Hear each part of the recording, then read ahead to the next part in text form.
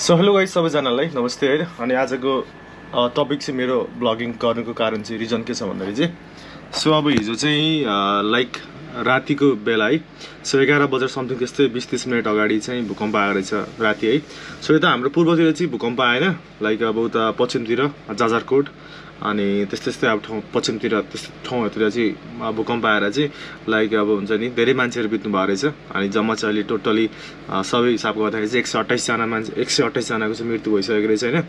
अनि सो अनि जाजरकोटमा चाहिँ एउटै फ्यामिली सबैजना 6-7 जना चाहिँ सबैजनाको मृत्यु भएको रहेछ। सो तपाईँहरूले गाइस न्युज हेर्नु भएको छ छैन है। सो न्युज हेर्नु भएको छैन गाइस तपाईँहरूले चाहिँ अनलाइन खबरमा गएर हेर्न सक्नुहुनेछ। अनि सो तपाईँहरूलाई चाहिँ म आज यहीँबाट मेरो यो जुन म यसबाट तपाईँलाई देखाउनेछु न्युजहरू है। सो के भएको छ भनेर। सो टोटली मलाई सबै कुरो चाहिँ थाहा छैन होइन, किनकि अब म पनि त्यो ठाउँको त होइन, म पनि पूर्वको होइन। सो त्यही पनि अब यता चाहिँ त्यस्तो भूकम्प आएन, त्यही पनि न्युज सुनिसकेपछि मलाई पनि एउटा भिडियो बनाउनु मन लाग्यो कि अब दसैँ त कटिगयो होइन, त्यो चाडपर्वको बिचमै भनौँ यो त होइन। चाडपर्व अब तिहार बाँकी छ, तिहार आउँदैछ अनि मान्छेको चाहिँ अब एउटै चाहिँ कुनै पनि एउटा व्यक्ति नरहिकन सबै परिवार मासिताको पीडा होइन। स लाइक हुन्छ नि अब भूकम्प आएर कसैलाई घरले पुरे कतिलाई केले गरेर मरिरहेको छ होइन। अनि अझै पनि भूकम्प आउने अझै पनि त्यहाँ चान्स अझै पनि धेरै छ, अझै त भूकम्प आउने डर सबैलाई छ क्या। अब एकपल्ट त्यत्रो भूकम्प आएर घर कसैको भत्कियो, कसैलाई घरले थिचेर मऱ्यो, कोही के भएर मरिरहेछ होइन। अनि अझै पनि भूकम्प आउने त्यहाँ चाहिँ उयो छ अरे, त्यही चाहिँ अब केन्द्रबिन्दु भएर अझै पनि आउने त्यहाँ चान्स छ अरे होइन।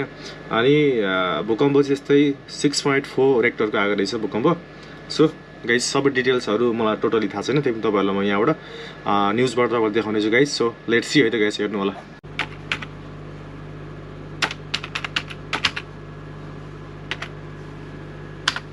हिजो फ्राइडेको दिन है, फ्राइडे नाइटको दिन भूकम्प आएको। यहाँ चाहिँ प्लस चाहिँ गरौँ न्युजमा। यहाँले भूकम्पले तहस नहस जाजरकोटको सदरमुकाम तस्बिरहरू भने तस्बिर मात्रै लाएर छ यसमा चाहिँ। जस्ताबाट देख्न सक्नुहुन्छ गाइस है, तस्बिरहरू घर यसरी पुरै भत्किसकेको छ है, डाङडुङ केही छैन है। मान्छेहरूको घर पुरै लथालिङ्ग सब बिजोग परिरहेको छैन, यसरी घर भत्केर केही रहेको छैन।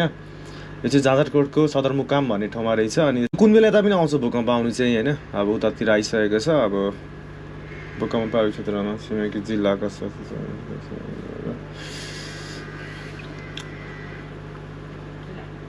जाजरकोटको भूकम्प जिल्लाका स्वास्थ्य संस्थाले ठेक्ने अवस्था छैन भनेपछि यो चाहिँ अब तपाईँ जाजरकोटको जुन यो स्वास्थ्य केन्द्र छ नि, त्यहाँ चाहिँ यो भएको जुन यो तस्बिरहरू त्यहाँ खिचेको तस्बिरहरू सबै यो भूकम्प पीडितहरू हुनुहुन्छ यहाँ सबै है।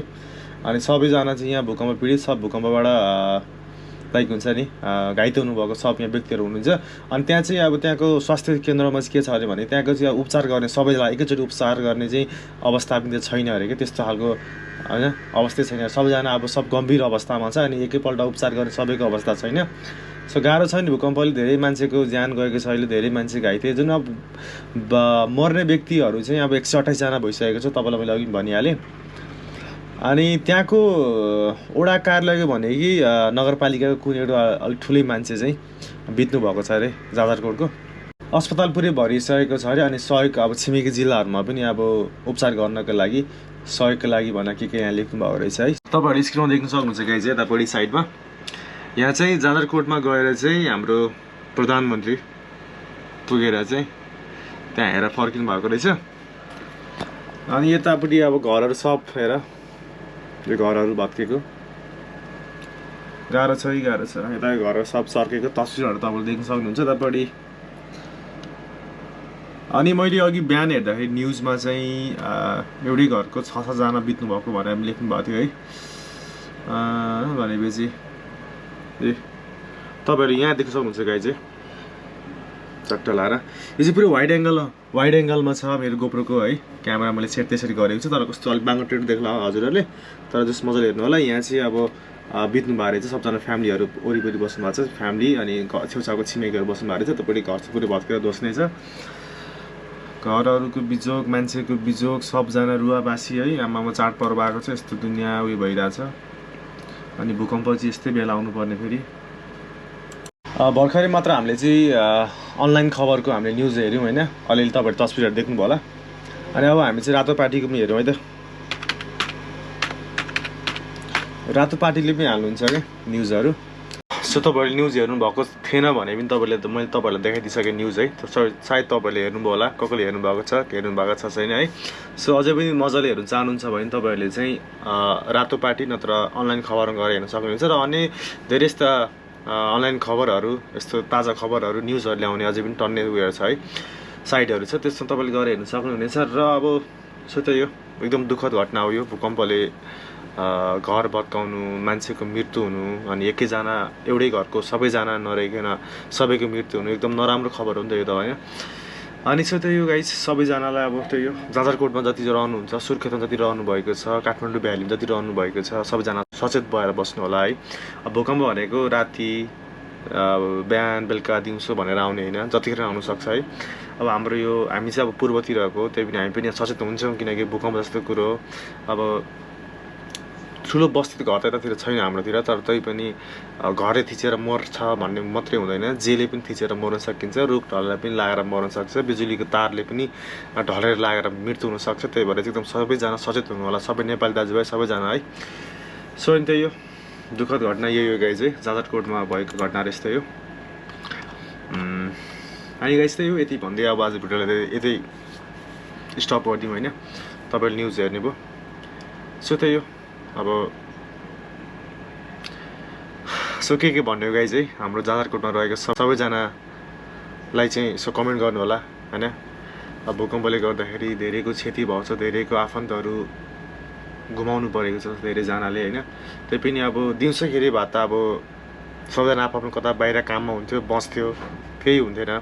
अब राति 11 बजे 11:30 बजे सबैजना सुतेको त हुन्छ नि होइन। अहिले रात लामो छ, अहिले फेरि दिन छोटो छ, रात लामो छ, सबैजना दिनभरि काम गरेर सुतेको हुन्छ होइन।